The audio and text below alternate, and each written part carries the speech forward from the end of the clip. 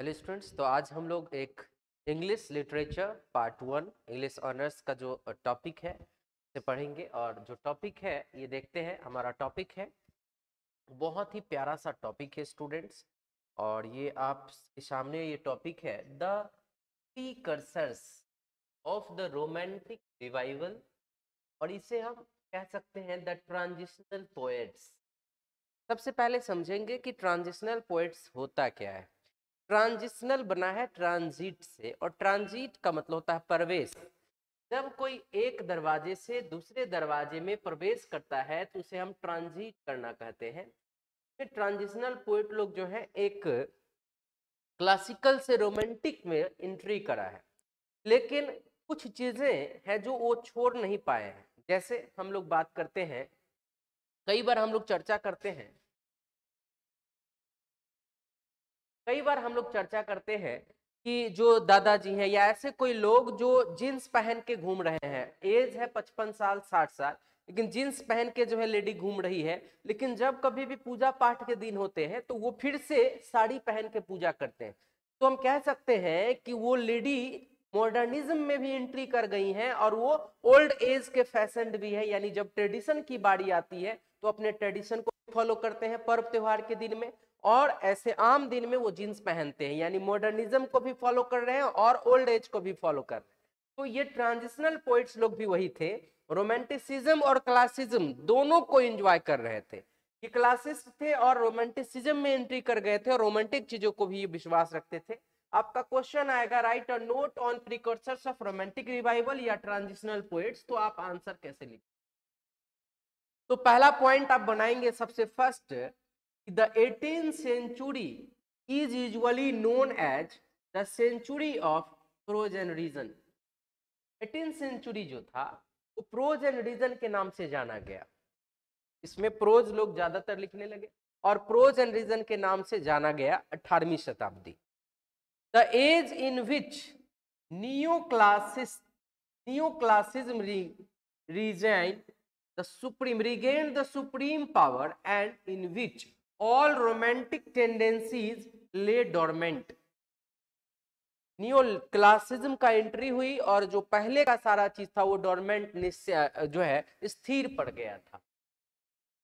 जैसे सामान्य तौर पर मैं बात करूं कि जो एक नया दौर आता है उसमें एक क्रेज बढ़ता है। जैसे एक नया दौर आया तो स्मार्टफोन का, देखिए सभी लोग स्मार्टफोन यूज करने लगे, और उसमें डोरमेंट क्या पड़ गया, जो छोटी वाली फोन थी वो क्या पड़ गया, कीपैड वाली फोन डोरमेंट पड़ गया।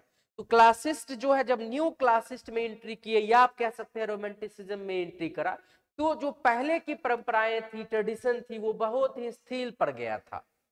इट इज नॉट एक्सटिंक्ट, अस्तित्व में नहीं रहा, but that is a verdict too sweeping to be true. लेकिन यही सच था। एक नयापन आया, एक नयापन में क्या आया, रोमांटिक रिवाइवल आया, रोमांटिसिज्म आया। इन दिस सेंचुरी, इस सेंचुरी में specially the latter part of it, 18वीं शताब्दी के बाद वाले हिस्से में, we can see the numerous cracks in the classical edifice. बाबू एडिफिस का मतलब बिल्डिंग होता है, क्लासिकल एडिफिस का मतलब क्लासिज्म जो था। देखो एक और बात समझ लो, कई बार वर्ड आ रहा है क्लासिज्म एंड रोमांटिसिज्म, ये दोनों वर्ड को, टर्म को जानना बहुत जरूरी है कि क्लासिज्म है, न्यू क्लासिज्म है एंड रोमांटिसिज्म है। तो क्लासिज्म का मतलब क्या होता है? Classicism means to concern with the society and tradition, but romanticism means to concern with the nature only. जो क्लासिस्ट थे वो ध्यान रखते थे कि लोगों को बुरा ना लगे, समाज को बुरा ना लगे, राजा वहां के जो है उनको बुरा ना लगे, लोगों का ध्यान रखते थे। लेकिन जो रोमांटिक थे वो दुनिया की परवाह नहीं करते थे, वो केवल पेड़ पौधा वातावरण के बारे में, इन्वायरमेंट के बारे में लिखा करते थे। उन्हें आदमी से कोई मतलब नहीं था। They are the lover of nature. तो रोमांटिसिज्म वाले जो थे वो नेचर से प्रेम करते थे, क्लासिस्ट जो थे वो समाज से, क्लास से प्रेम करते थे। यही डिफरेंस है क्लासिस्ट और रोमांटिसिज्म। तो वो कह रहे हैं कि इस सेंचुरी में जो क्लासिस्ट एडिफिस थे, क्लासिज्म के जो लोग थे, उनमें बहुत सारे क्रैक्स पाया गया, खामियां पाई गई, कमियां पाई गई। और जब कभी भी ज्यादा खामी पाई जाएगी तो एक नयापन आएगा, और नयापन में क्या आया तो सिंपली आप समझ सकते हैं रोमांटिसिज्म आया। Through which seems to be peeping the, peep का मतलब होता है झांकना, multi coloured light of romanticism, और उसमें झांकते झांकते रोमांटिसिज्म की एंट्री हो गई। क्लासिज्म जो है धीरे धीरे बंद होता गया और रोमांटिसिज्म की जो है आगे बढ़ोतरी होती गई। जो कवि थे, जो राइटर्स थे, वो लोग लिखना शुरू कर दिए किसके बारे में, नेचर के बारे में लिखना शुरू कर दिए, और सोशल यानी समाज से जो है वो लोग बगावत, समाज का ध्यान ही नहीं रखने लगे। इन द लेटर ईयर्स, बाद में चलकर, ऑफ दिस सेंचुरी, इस सेंचुरी के, और large number of new influences bear at work on English sensibility and temper. हालांकि बाद में चलकर बहुत सारे लोग इंग्लिश के जो है सेंसिबिलिटी पे काम किया और टेम्पर के पर काम किया, यानी जो संवेदनात्मकता है उस पे काम करना शुरू कर दिया, सेंसिबिलिटी पे काम करना शुरू कर दिया। लेकिन फिर भी जो एक दौर आ चुकी थी रोमांटिसिज्म का, लोगों को अच्छा लगने लगा था नेचर के प्रति जो लिखने लगे थे, अब इसमें लोग बहुत ज्यादा बिजी हो गए। Those 18th century prose are a poet who saw some elements associated with the romanticism while not altogether ignoring the old convention are called transitional poets or precursors of romantic revival। यहाँ का last line को देख लीजिए, साफ साफ यहाँ से देखिए, करा वैसे 18वीं शताब्दी के कवि जो एसोसिएटेड थे रोमांटिसिज्म से, लेकिन साथ साथ ओल्ड कन्वेंशन को इग्नोर नहीं कर पाए थे, उससे हम क्या कहते हैं, उसे हम रोमांटिक रिवाइवल या ट्रांजिशनल पोएट कहते हैं।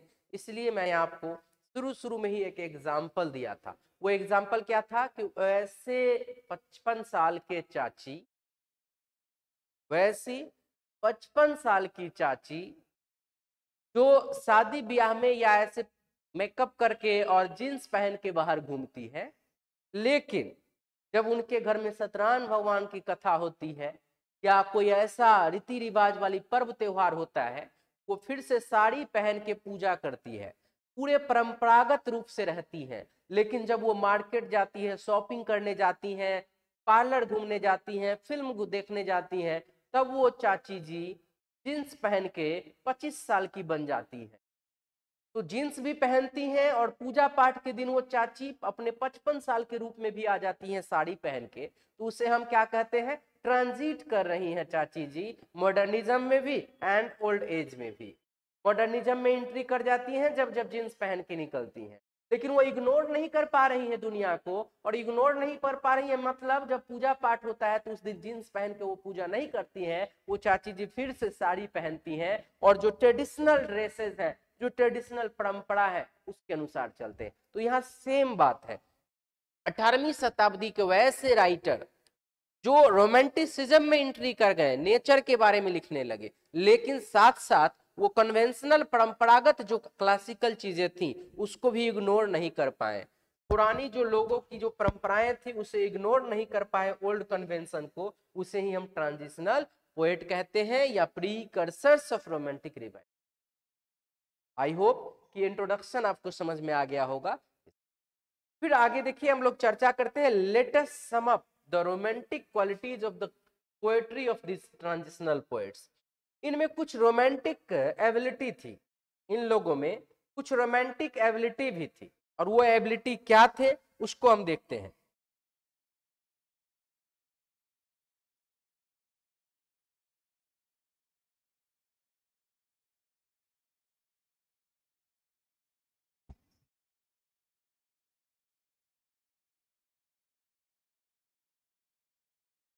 तो इन लोगों में कुछ रोमांटिक क्वालिटीज थी, देखते हैं क्या क्या qualities. Let us sum up the romantic qualities of poetry of these transitional poets. सबकी अपनी क्वालिटी होती है, विशेषता होती है, इनकी भी कुछ विशेषता थी। वो पहला विशेषता था कि these poets believes in what Victor Hugo, याद रखना ये विक्टर ह्यूगो जो है ये राइटर है, ये बहुत बड़े फिलोसफर है। Describes as liberalism in literature, इन लोगों को सबसे बड़ी विशेषता थी, ये लोग लिटरेचर में, साहित्य में लिबरल थे, उदारवाद थे, उदार हृदय के थे। लिबरलिज्म पसंद था किन लोगों को? रोमांटिक रिवाइवल वाले को। Not much worried about rules and conventions, they believe in individual poets inspiration, individual poetic inspiration. इन्हें बहुत ज्यादा चिंता नहीं थी पुरानी परंपराओं का। अभी मैंने कहा चाची जी जींस पहन के निकलती हैं और पार्लर घूमने जाती हैं, तो इसलिए चाची जी जा पाती हैं क्योंकि चाची जी को परंपरा का और दुनिया से डर नहीं है। हाड़ में जाए दुनिया, वो चाची जी मन बना ली है कि हमको मन है जींस पहन के जाने का और लिपस्टिक लगा के घूमने का, तो घूमेंगे। उसी तरह जो रोमांटिक रिवाइवल था या ट्रांजिशनल पोएट थे, ये लोग क्या थे? लिबरल थे लिटरेचर में, और इन लोगों को कोई टेंशन नहीं था, कोई चिंता नहीं थी रूल्स एंड रेगुलेशन का, परंपरा का, क्योंकि इन्हें अपने इंडिविजुअल पोएटिक इंस्पायरेशन में विश्वास था। उनको जो पसंद है वो किया करते थे। जैसे चाची जी, उनको पसंद था कि जींस पहन के जाना है तो जींस पहनती थी। चाची जी को पसंद था टिकटॉक बनाने का, वो टिकटॉक बनाती थी। लेकिन जब पूजा पाठ होता था तो साड़ी पहनती थी, मतलब उनके जो मन होता था वो किया करती थी। सेम बातें यहाँ पर समझिए कि जो ट्रांजिशनल पोएट हैं उन्हें किसी कन्वेंशन का, पुरानी परंपराओं का डर नहीं था। वे लोग फ्री थे, अपने लिटरेचर में जैसे मन होता था वैसे लिखा करते थे। ओके, दूसरी क्वालिटी देखिए, their poetry is not altogether intellectual in the content and treatment. Intellectual नहीं था, यानी बुद्धिगत लोगों के अनुसार नहीं था, इंडिविजुअल था। याद रखना, इंटेलेक्चुअल नहीं था, इंडिविजुअल था। And passion, emotion and imagination are valued by them above the cold light intellectuality and the naturally return to lyric. स्वाभाविक बात है कि ये लोग जब दुनिया से नहीं डरते थे तो अपने आधार पर लिटरेचर को ट्विस्ट देते थे और वो लोग रिटर्न टू लिरिक में लौटे, यानी ये लोग फिर से पोएम लिखना शुरू कर दिए, जो पोएम लोगों को अच्छा लगता था। लोगों को इसलिए अच्छा लगता था क्योंकि वो नेचर से संबंधित हुआ करता था, इनकी जो पोएम हुआ करता था। तीसरा इनकी जो विशेषता रही है, वो तीसरा विशेषता है, वो हडसन कहते हैं इनकी विशेषता के बारे में, a love of the wild, fantastic, abnormal and supernatural element. इन लोगों के कविताओं में प्यार दिखता था जंगल के प्रति, पागलपन दिखता था, एबनॉर्मलिटी दिखता था और सुपरनेचुरल इमेजिनेटिव चीजें दिखती थी। ये विशेषता था किसका? रोमांटिक रिवाइवल का या ट्रांजिशनल पोएट्स का। चौथा विशेषता क्या था कि दे शो अ न्यू एप्रिसिएशन, प्रशंसा होता है appreciation, of the world of nature. आइए बच्चा देखिए, जो रोमांटिक कवि थे ना, ये लोग नेचर को ही अपना वर्ल्ड मान चुके थे। इनकी अपनी दुनिया नेचर था, वर्ल्ड इनका क्या था? नेचर था। which the neoclassical poetry had mostly neglected. Their poetry is no longer drawing room poetry. इन लोगों का पोएम जो होते थे बहुत ज्यादा लंबी नहीं होती थी, ड्राइंग रूम पोएट्री, बल्कि बैठ के इमेजिनेटिव ढंग से देखते थे, घर में ही बैठ के जंगल देखते थे। शायद याद होगा एक पोएम डेफोडिल्स, आपने पढ़ा होगा, जो बेड पर ही बैठ के कवि ने डेफोडिल्स पोएम लिख दिया था खिड़की से देखते देखते। तो रूम में ही है और बाहर का पिक्चराइजेशन करना, ये क्या था? No longer drawing room poetry, but they do not limit their attention to urban life manners, only Pope almost always did. Alexander pope ऐसा किया करते थे, लेकिन ये लोग ज्यादा अर्बन लाइफ पे बहुत फोकस नहीं थे। जैसे मन होता था जंगल वगैरह के बारे में लिखते थे, शहरी लाइफ से बहुत ज्यादा अटेंशन नहीं रखते थे कि शहरी चीजों को दिखाएंगे। हाँ, थोड़ा बहुत अलेक्जेंडर पोप ने दिखाया है फैशनेबल लाइफ को। आइए पांचवा क्वालिटी देखते हैं। पांचवा क्वालिटी है कि they place more importance on the individual than society. ये बात हमने आपको पहले ही कहा कि चाची जी को खुद क्या पसंद है वही काम करती हैं, समाज क्या कहती है उसको चाची जी को कोई मतलब नहीं था। इन लोगों को भी सेम था कि अपना जो पसंद था वही काम किया करते थे। देन सोसाइटी से इन लोगों को डर नहीं था। इन देम, इन लोगों में, therefore is to be seen at work a stronger democratic spirit था, प्रजातांत्रिक स्पिरिट था, समाज के से डर नहीं था, and a great concern for the oppressed and poor. और इन लोगों का सबसे बड़ी जो चिंता थी वो है सताए हुए लोग और गरीब लोगों के बारे में लिखा करते थे। यदि बाय द वे नेचर से हट के कुछ लिखते थे तो ये सताए हुए लोगों के बारे में लिखा करते थे। Oppressed and the poor and greater emphasis on individualism, और इंडिविजुअलिज्म पर यानी व्यक्तिगत जो खुद पसंद है उस पर इनका जोर दिया जाता था। इन पोएट्री में अपनी इच्छाओं को, अपनी इमोशन को वो लिखा करते थे। In society everywhere their poetry becomes much more subjective, समाज में रह के भी वो लोग अपने ऊपर जोर देते थे कि उन्हें क्या पसंद है, समाज का इन लोगों को कोई डर नहीं था।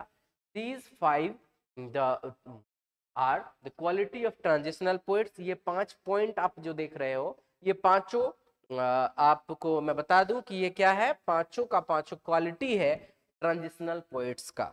नेक्स्ट हम लोग चर्चा करेंगे while exhibiting all these above listed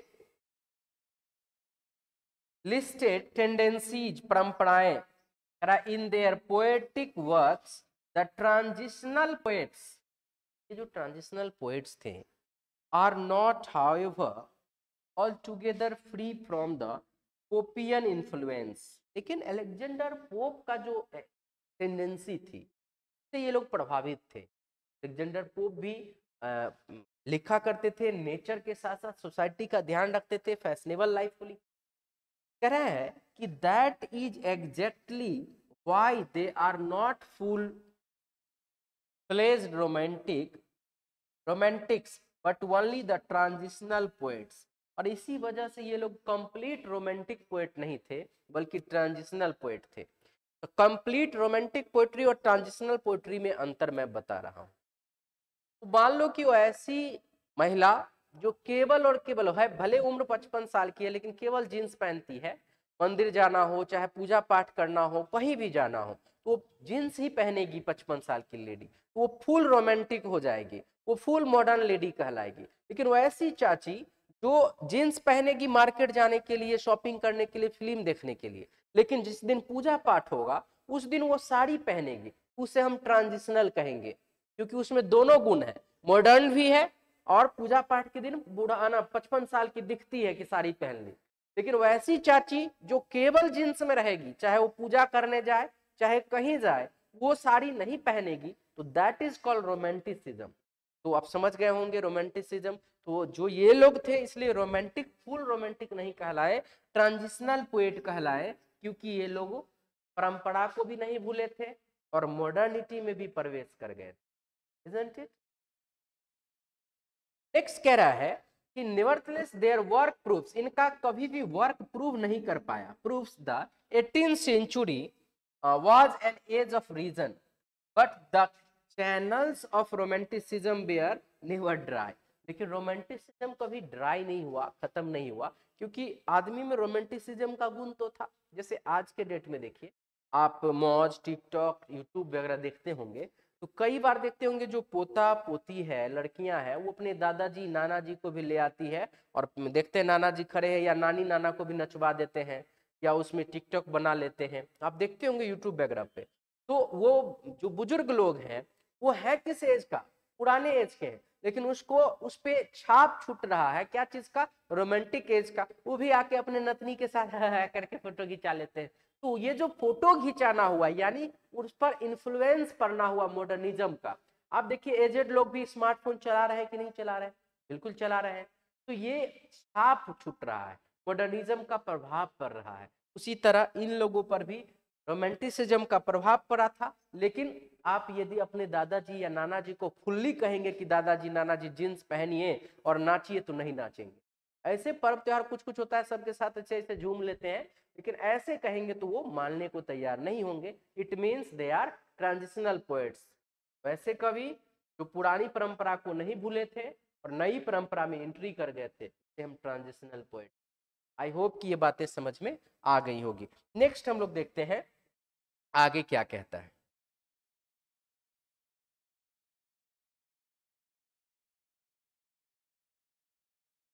next point में आपका कहना ये देखिए कह रहा है,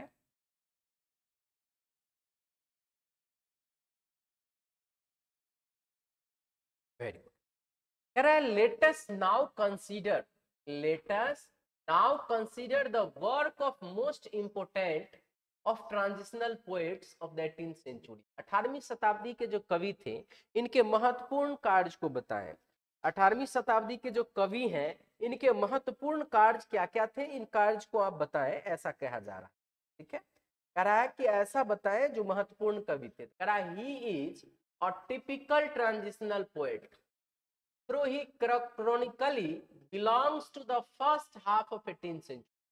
बच्चों first half of 18th century किसे कहेंगे? तो 1701 से लेके 1749 ईस्वी तक जो है, या 50 भी कह ले, इसे हम हाफ 18th सेंचुरी कहेंगे, हाफ 18th सेंचुरी कहेंगे। इसे हम क्या कहेंगे? हाफ 18th सेंचुरी, यानी 1700 से 1749 या 50 भी आप कह सकते हैं, इतना तक ये लोग जो है बिलोंग किए। एंड यद्यपि ही वाज कंटेम्प्चुअस, लालची थे, विद द पोप, ये लोग जुड़े हुए थे अलेक्जेंडर पोप के साथ। ही ब्रोक अवे, उन्होंने तोड़ दिया, from the traditions of the school of to explore fresh woods and pastures live. अब वो फ्रेश वुड्स का मतलब है नेचर यानी जंगल, एंड पैस्चर का मतलब है चारागाह। इन लोगों ने एक नया रूल रेगुलेशन तैयार किया नेचर के बारे में लिखने का। एंड ही बेड, उसने गुड बाय कर दिया, good by two the heroic couplet. और इन लोगों ने क्या किया? हेरोइक कपलेट का यूज करना बंद कर दिया, जबकि पोप हेरोइक कपलेट का यूज करते थे। And expressed himself in other verse measures, blank verse use करने लगे। याद रखना है, इन लोगों ने हेरोइक कपलेट को छोड़ के ब्लैंक वर्स यूज करने लगा। ब्लैंक वर्स का मतलब बिना राइम का पोएम लिखने लगा। पोएम में कोई राइम नहीं था, लय नहीं था। एंड द स्पेंसरियन स्टेंजा का यूज करने लगा। स्पेंसर का शेक्सपियरियन और स्पेंसरियन जैसे स्टेंजा होता है वो यूज करने लगा। ही वुड, इन लोगों ने क्या किया? Have acknowledge the Spenser and Milton as his guides rather than Dryden and Pope. इन लोगों ने अलेक्जेंडर पोप और जॉन ड्राइडन को छोड़ के गाइड के रूप में स्पेंसर और मिल्टन को अपना लिया था। किसने? ट्रांजिशनल पोएट ने। हिज सीजन्स, इन लोगों का जो सीजन था 1726 से 1730 are important for the accurate and sympathetic description of natural scene. याद रखना, ये लोग नेचर के बारे में लिखने लगे। किसके बारे में लिखना शुरू कर दिए? नेचर के बारे में इन लोगों ने लिखना शुरू कर दिया था कि नेचर क्या चाहती है। फिर कह रहा इट इज इंटायरली, यह पूर्ण रूपेण different from such poems as Pope Windsor's forest on account of the poet's first hand knowledge of what is describing and intimate response report with it। Alexander pope ने एक poem लिखा था, एक किताब जिसका नाम था वाइंडसर फॉरेस्ट, में भी इन्होंने नेचर के बारे में चर्चा किया था। लेकिन जो ट्रांजिशनल पोएट थे उन लोगों का थोड़ा सा डिस्क्रिप्शन अलग था, वो सिंपैथेटिक डिस्क्रिप्शन लिखे थे। इसके बारे में? नेचर के बारे में। मीन्स कह सकते हैं कि नेचुरल ब्यूटी को इन लोगों ने डिग्निफाई किया और एक्सप्लोर किया, एक्सप्रेशन दिया। Goldsmith was as friendly with doctor Johnson as Thomas had been with Pope. जैसे थॉमस कीड जो है, थॉमसन जो है पोप के साथ फ्रेंडली थे, उसी प्रकार गोल्ड स्मिथ जो थे वो डॉक्टर सैमुअल जॉनसन के साथ फ्रेंडली थे। बच्चों, डॉक्टर सैमुअल जॉनसन जो है वो मेटाफिजिकल पोएट्री के जनक माने जाते हैं, क्वाइंड किए थे पहली बार मेटाफिजिकल वर्ड को। एंड गोल्ड स्मिथ फिर कहते हैं कि but he did not curb the individual genius of either. Goldsmith was as essential as conservative in literary theory as Dr. Johnson, of whose club doctor Johnson के तरह gold Smith भी बहुत ही ज्यादा literary theory में जाने माने और प्रसिद्ध थे और अच्छे से लिखा करते थे ताकि लोगों को साफ साफ पता चले कि नेचर क्या है, प्रकृति का से प्रेम क्यों होनी चाहिए. He was an eminent member of club. Both of his important poem, The Traveler, इनका पोएम का नाम था द ट्रेवलर एंड दूसरा पोएम का नाम था डिजर्टेड विलेज, वीरान गांव, 1764 और 1770, आर इन हेरोइक कपलेट्स. ये जो लिखा गया था वो हेरोइक कपलेट के रूप में लिखा गया था. बस